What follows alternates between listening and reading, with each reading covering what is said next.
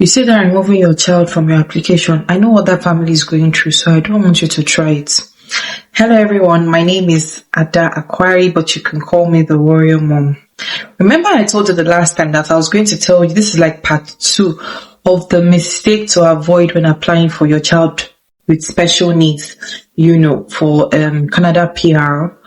One thing to note, and I'll tell you a true life story so that you can learn from it. This is not my story. I already shared my story in the past, in the part 1 video. And in this part 2, I'll be telling you the story of another family that I know.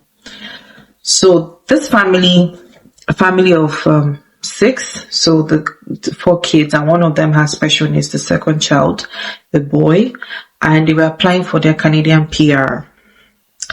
When they got to the medicals, when they heard about the medicals and everything that they were going to, have to do, because of fear of, being denied, the application being denied, guess what they did?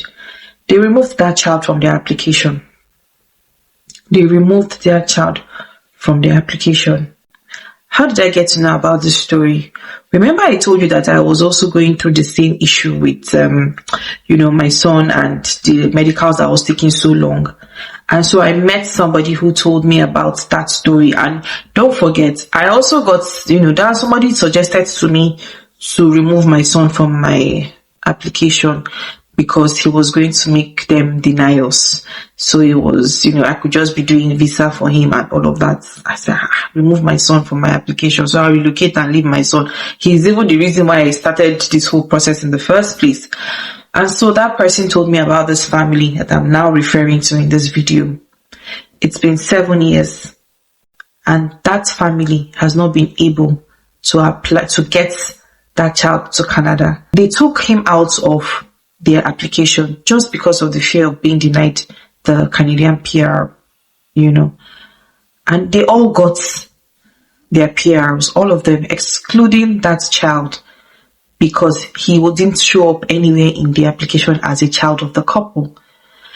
And knowing what I know now, because at the airports, before the immigration officer will sign your paper, they will ask you one more time, do you have another child outside this children in front of us here? And you will say no, and you will sign. So I can imagine that family has done that.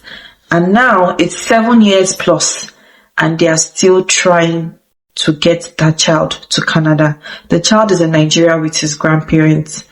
And I know that, they've been trying so hard to get that child in. But how do you get a child? How do you claim a child that you did not even put anywhere in your application? That family now, they are now citizens, but it is still hard for them to bring that boy into Canada. And so that's why I'm saying, please, if you are a family trying to apply for Canadian PR and you have a special needs child, do not, I repeat, do not remove your child from your application, because the truth is, you would not be able to put that child back into the application. Whether you are a citizen in the future and you want to now go back to your application to say, oh, you have a child somewhere, it's almost impossible, because I know that this is 7 years in, and that family, as at the time I was told the story, have not been able to get even a visiting visa for that child. So please, and like I said, it's based on a story that was told to me at the time when I was being advised to take my son off my application. And so I'm sharing it with you so that in case it comes to you as an advice, a thought, please don't do it. Keep your child in your application and just go with the necessary medical documents or reports that child, has, just to fast track the process. They would not deny your child for having a disability or a condition. They will just want to prepare for your child to be sure that the condition of your child is something that the government and the medical care can take care of. That is it.